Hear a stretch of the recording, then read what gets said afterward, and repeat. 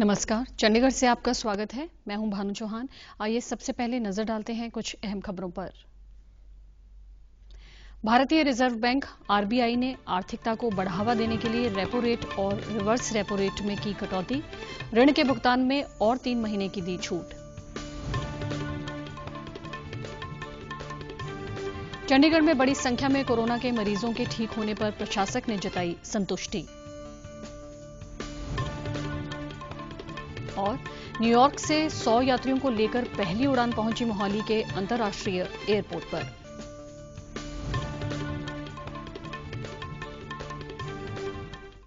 अब समाचार विस्तार से। भारतीय रिजर्व बैंक ने रेपो रेट 4.4% से कम करके 4% कर दिया है, जबकि रिवर्स रेपो रेट को 3.75 से घटाकर 3.35% कर दिया है। ये घोषणा करते हुए रिजर्व बैंक ऑफ इंडिया के गवर्नर शक्तिकांत दास ने कहा कि महंगाई दर अभी भी 4% से नीचे रहने की संभावना है, लेकिन लॉकडाउन के कारण कुछ चीजों की कीमत बढ़ सकती है। To reduce the policy repo rate by 40 basis points, 40 basis points from 4.4% to 4%. Consequently, the MSF rate and the bank rate now stand reduced to 4.25% and reverse repo rate stands reduced to 3.35%. Governor ने कहा कि corona virus की महामारी और lockdown के कारण global आर्थिकता प्रभावित हुई है। उन्होंने बताया कि monetary policy committee repo rate में 0.40% की कटौती पर सहमत हुई है। इससे लोगों पर ऋण की ईएमआई यानी कि प्रति माह की किश्त का बोझ कम हो जाएगा। From 1st June till 31st August, taking the total period of applicability of the measures to 6 months, that is from 1st March to 31st August 2020. This will provide considerable amount of ease and this will facilitate easier cash flow management by the borrowing entities.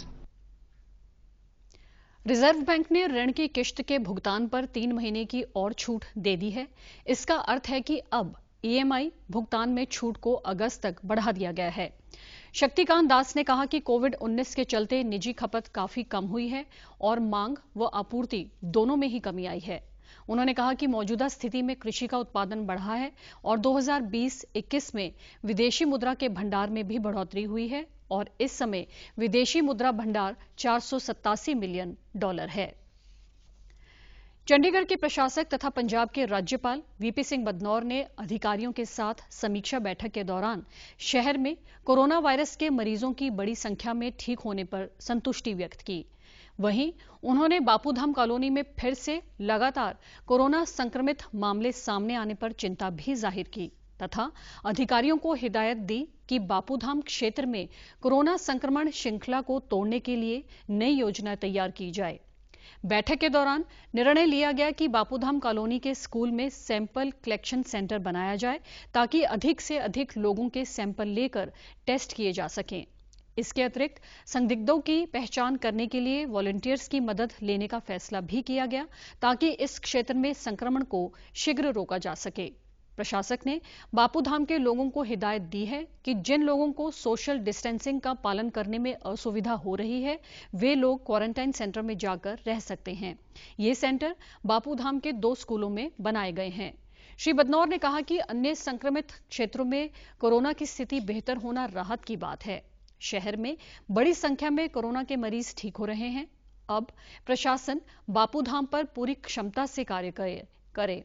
प्रशासक के सलाहकार मनोज परिदा ने बताया कि शहर में जो भी व्यक्ति बस, रेल व हवाई सेवा के माध्यम से आएगा उसकी पूरी जांच होगी तथा जरूरत पड़ने पर कोरोना का टेस्ट भी किया जाएगा, जिसके लिए प्रशासक ने पूरी तैयारी कर ली है।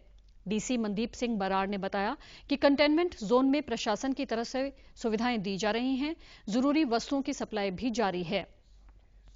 जरूरतमंद लोगों को खाने के पैकेट बांटे जा रहे हैं तथा चंडीगढ़ में अब तक 2,94,000 लोगों ने आरोग्य सेतु ऐप को डाउनलोड कर लिया है।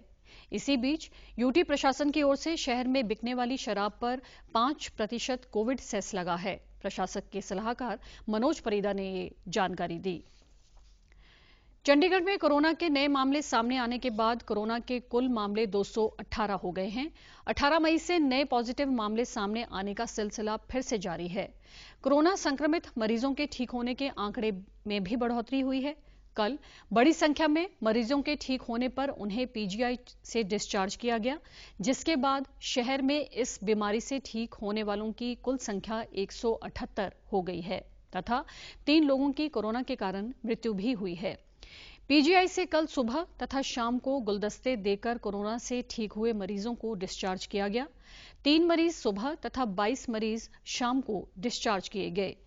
पीजीआई से डिस्चार्ज हुए मरीजों को स्वास्थ्य मंत्रालय की नई दिशा निर्देश के अनुसार डिस्चार्ज किया गया है। पहले हमने 3 लोग जो क्योर हो गए थे, नेगेटिव हो गए थे, उनको घर भेजा है और अभी जो 22 पेशेंट्स हैं जिन्होंने नई पॉलिसी के अनुसार अपना समय जहां बिता दिया है, 10 दिन से ऊपर हो गए हैं, उनको हम 20 लोगों को जो पोस्ट डिस्चार्ज सेंटर बना हुआ है कोविड केयर सेंटर 22 में, उसमें भेज रहे हैं और 2 पंजाब के निवासी हैं, नया गांव, और इधर उसके पास एक और गांव है, उसमें होम क्वारंटाइन के लिए भेज रहे हैं। इसमें एक 2 महीने की छोटी बच्ची भी है।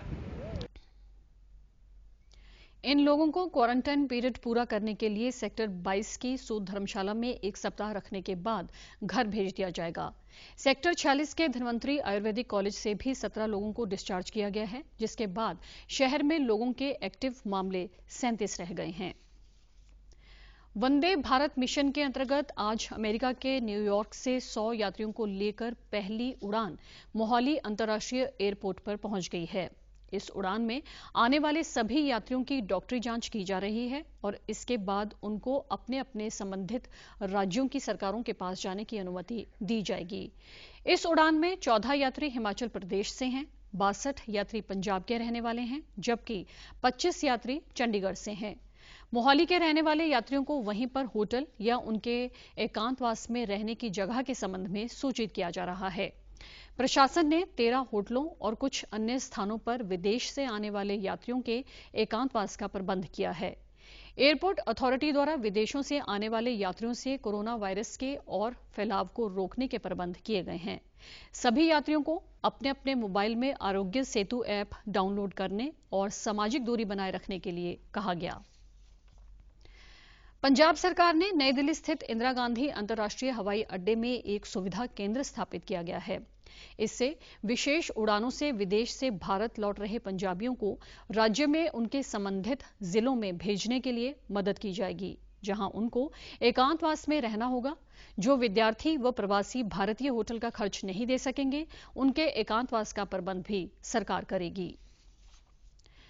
चंडीगढ़ में लॉकडाउन के दौरान बड़ी संख्या में दूसरे राज्यों के फंसे लोगों को श्रमिक रेलगाड़ियों द्वारा उनके घर भेजा गया है।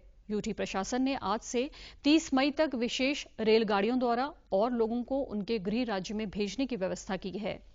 आज दोपहर बिहार के मोतिहारी के लिए सिवान व मुजफ्फरपुर में ठहराव के साथ स्पेशल रेलगाड़ी रवाना की जा रही है। तो कितने पैसे की टिकट ली है? नहीं सर, फ्री जा रहा हूँ। फ्री जा रहे हैं? हाँ जी, हाँ जी। तो सरकार ने फ्री भेजा है, तो सरकार को क्या कहना चाहोगे? थैंक यू कहूँगा, धन्यवाद बोलूँगा। सर पैसे कोई नहीं पड़ा है, ये तो फ्री में है। तो सरकार को क्या कहना चाहोगे? सरकार को धन्यवाद देना चाहूँगा जो हमारे लिए इतनी अच्छी सुविधा दिया है। प्रशासन द्वारा पंजीकृत लोगों को कॉल कर व मैसेज भेजकर सूचित किया जा रहा है। प्रशासन ने दूसरे राज्यों को जाने वाले लोगों से अपील की है कि जिन लोगों ने रजिस्ट्रेशन करवाया हुआ है वे लोग ही होल्डिंग सेंटरों पर बिना बुलाए न आए, क्योंकि बिना सूचना के लोगों के पहुंचने से भीड़ जमा हो जाती है, जिससे प्रशासन व लोगों को दिक्कत का सामना करना पड़ता है। प्रशासन ने कहा है कि वे लोग ही होल्डिंग सेंटर पर पहुंचे जब उन्हें प्रशासन की ओर से बुलाया जाए, जिसके तहत Chandigarh college of engineering technology में सेक्टर 26 में 2 सेंटर बनाए गए हैं। वहां लोगों की मेडिकल जांच की जा रही है तथा बसों द्वारा रेलवे स्टेशन पहुंचाया जा रहा है। खाने के लिए पैक भोजन तथा पानी की बोतलें भी मुहैया करवाई जा रही हैं। प्राप्त सूचना के अनुसार कल यानी 23 मई को बिहार के गया तथा झारखंड के धनबाद के लिए रेलगाड़ी रवाना की जाएगी। इसके अतिरिक्त 24, 26, 27, 28, 29 तथा 30 मई को भी विभिन्न गंतव्यों के लिए रेलगाड़ियों से चंडीगढ़ में फंसे श्रमिकों, छात्रों व अन्य को भेजा जाएगा। कोरोना महामारी के कारण चंडीगढ़ से केवल श्रमिक रेलगाड़ियां रवाना हो रही हैं, परंतु 1 जून से बहाल हो रही रेल सेवा के अंतर्गत दिल्ली से ऊना के लिए चलने वाली जन शताब्दी एक्सप्रेस चंडीगढ़ होकर जाएगी। रेलवे से प्राप्त जानकारी के अनुसार यह रेलगाड़ी अपने पुराने निर्धारित समय से ही चलेगी। और अब खबरें फटाफट। रेलवे की टिकटों की बिक्री देश के 1,70,000 सेवा केंद्रों पर हुई शुरू। कुछ चुनिंदा रेलवे स्टेशनों की टिकट खिड़की पर भी मिलेगी टिकटें। पंजाब के 4 जिले मोहाली, संगरूर, फिरोजपुर और मोगा हुए कोरोना वायरस मुक्त।